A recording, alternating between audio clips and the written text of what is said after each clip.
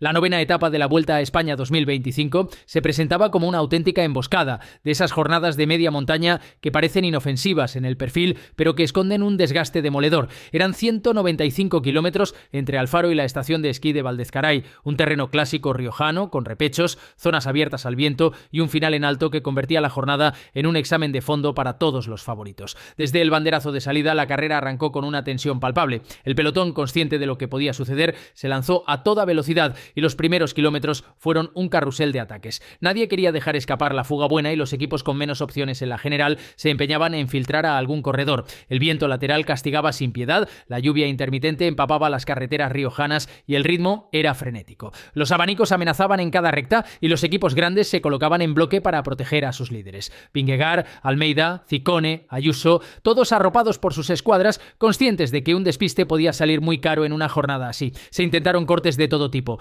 movimientos de corredores del Lotto, del Cofidis, incluso del propio Movistar, con Pablo Castrillo intentando dar presencia española. Pero ninguno terminaba de consolidarse. El pelotón absorbía uno tras otro, manteniendo una velocidad constante que no dejaba respiro a nadie. En apenas la primera hora de carrera, la media superaba los 45 km por hora, lo que reflejaba la tensión que se vivía en la carretera. La lluvia, lejos de ser una simple anécdota, convertía cada curva en un peligro. Hubo sustos con caídas sin consecuencias graves, pero que añadían más nervios al grupo. El terreno no daba tregua, repechos que rompían el ritmo, descensos mojados que exigían concentración total y una carretera estrecha que obligaba a rodar bien colocado. La primera parte de la jornada fue, en definitiva, un terreno de pura supervivencia. Nadie regalaba nada, todos estaban atentos y la sensación era de que la Vuelta había entrado en una fase decisiva. Valdezcaray esperaba al final del día, pero antes había que sobrevivir a una media montaña que hacía del ciclismo un deporte cruel y hermoso a partes iguales. Tras la primera hora de carrera, en la que los ataques se sucedían sin tregua, por fin se consolidó una escapada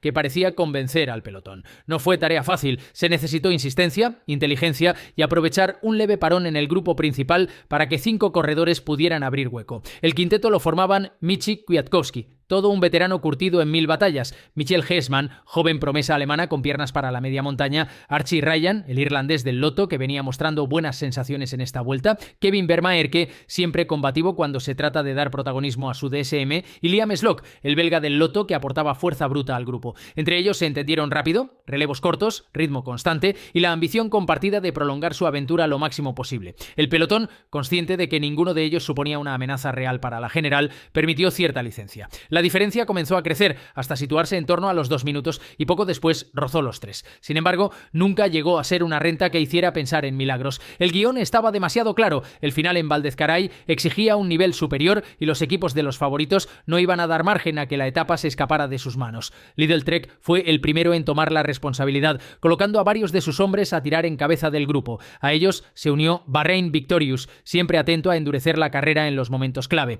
Entre ambos mantuvieron la escapada bajo control, evitando que superara los 4 minutos y recortando la renta poco a poco. Los fugados, pese a su esfuerzo, no dejaban de mirar hacia atrás, conscientes de que la sombra del pelotón se acercaba. En cada repecho, la diferencia caía unos segundos más y aunque su colaboración era buena, la sensación era de que la aventura tenía fecha de caducidad. A medida que se aproximaban a las faldas de Valdezcaray, la ventaja se redujo a menos de 1 minuto. Las ilusiones del quinteto se desvanecían justo cuando empezaba lo realmente duro. Su resistencia, sin embargo, no fue en vano. Habían dado espectáculo, habían animado una jornada marcada por el viento y la lluvia y habían puesto sus nombres en boca de todos. Pero en el ciclismo, como tantas veces, la gloria y la derrota se escriben en el mismo renglón. El pelotón alcanzó a los fugados justo cuando la carretera señalaba el inicio de la ascensión final a Valdezcaray. Era el momento de la verdad, 13 kilómetros de subida que iban a definir no solo la etapa, sino también el estado de forma de los grandes favoritos. Lidl Trek fue el primero en apretar de verdad. El ritmo que impusieron sus hombres en los primeros compases del puerto fue asfixiante, como queriendo preparar el terreno para un posible movimiento de Giulio Ciccone. Poco después se sumó Bahrain, endureciendo aún más la carrera con un paso firme y constante. El grupo se fue seleccionando con rapidez. Los corredores menos adaptados a la montaña comenzaron a ceder y poco a poco la batalla se redujo a los nombres llamados a ser protagonistas. Fue entonces cuando apareció el movimiento clave. A falta de 11 kilómetros para la cima, Matteo Jorgenson, el estadounidense del Visma, lanzó un ataque seco que sacudió al grupo de favoritos. Su arrancada no tenía tanto el objetivo de ganar la etapa como el de preparar el terreno terreno a su líder, Jonas Vingegaard, y la estrategia funcionó a la perfección. Apenas unos segundos después, el danés se levantó sobre los pedales y lanzó su propia ofensiva, fría y calculada, con esa forma tan suya de acelerar sin estridencias, pero con una contundencia que no admite respuesta. Giulio Ciccone fue el único que pudo seguirle de cerca, aguantando unos metros a rueda con valentía, pero el ritmo del doble ganador del Tour era demasiado exigente.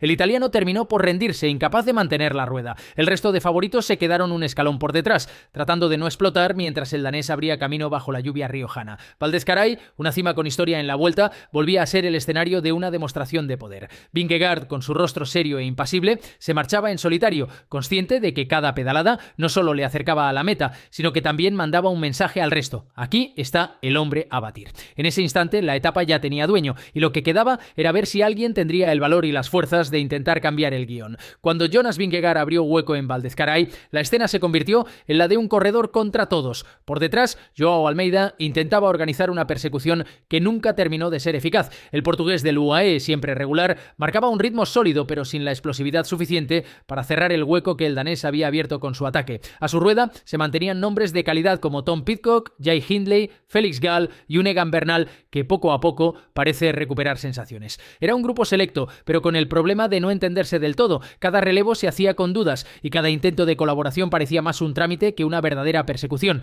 Mientras tanto, Vingegaard pedaleaba con esa serenidad que desespera a sus rivales. El cronómetro marcaba siempre lo mismo: 15, 18, 20 segundos. No lograban recortar ni un metro, y cada vez que el portugués apretaba, el danés respondía con frialdad, manteniendo la diferencia sin dar señales de debilidad. La lluvia caía con fuerza en algunos tramos, empapando al pelotón y dándole un aire épico a la jornada. La carretera mojada y el paisaje riojano servían de telón de fondo para una de esas imágenes que marcan una gran vuelta. Un líder rodando en solitario, empapado, con la bicicleta balanceándose sobre el asfalto resbaladizo y los perseguidores desdibujados detrás, impotentes. A 6 kilómetros de la meta, el intento más serio lo protagonizó Tom Pidcock, siempre valiente, que probó a endurecer el ritmo para ver si lograba recortar. Almeida respondió. Gall se mantuvo, Hindley se pegó a rueda y Bernal sobrevivió con sufrimiento, pero la diferencia no bajó. Al contrario, Vingegaard incluso pareció ganar confianza, rodando con cadencia firme y mirada clavada en la cima. Por momentos el danés parecía un reloj suizo, medido, constante, sin fisuras, ni un gesto de debilidad, ni una señal de cansancio. En esa persecución descafeinada, lo único que quedaba claro era el contraste, la autoridad de un líder frente a la impotencia de quienes, pese a intentarlo, no lograban dar caza.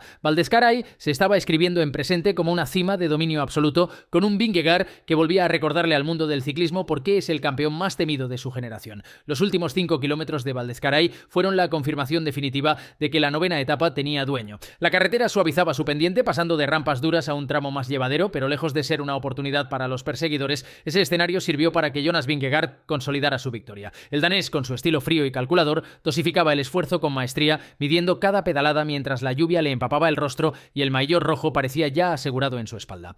Por detrás, Joao Almeida mantenía la persecución con un grupo reducido, donde todavía resistían Tom Pidcock, Felix Gall, Jai Hindley y un Egan Bernal que volvía a dejar destellos de su calidad. Sin embargo, la coordinación nunca fue total y cada intento de acercarse se estrellaba contra la regularidad del danés. En esos momentos, la diferencia se estabilizó en torno a los 20 segundos, una distancia que, pese a parecer mínima, resultó imposible de descontar. A 3 kilómetros de la meta, Raúl García Pierna, valiente como siempre, trató de mostrarse con un pequeño cambio de ritmo, pero el intento no prosperó. La mirada estaba centrada en la figura solitaria de Vingegaard, que avanzaba con paso firme hacia una de las victorias más simbólicas de esta vuelta. Los últimos metros fueron un desfile de autoridad. Empapado, con la bicicleta temblando sobre el asfalto mojado y el rostro serio, Jonas levantó los brazos al cielo de Val d'Escaray con una mezcla de rabia y alivio. Rabia por todo el esfuerzo invertido bajo las duras condiciones climáticas y alivio por demostrar que en el terreno más exigente sigue siendo el gran dominador. Detrás, Pidcock y Almeida cruzaron la meta con segundos de retraso, resignados ante la superioridad del danés.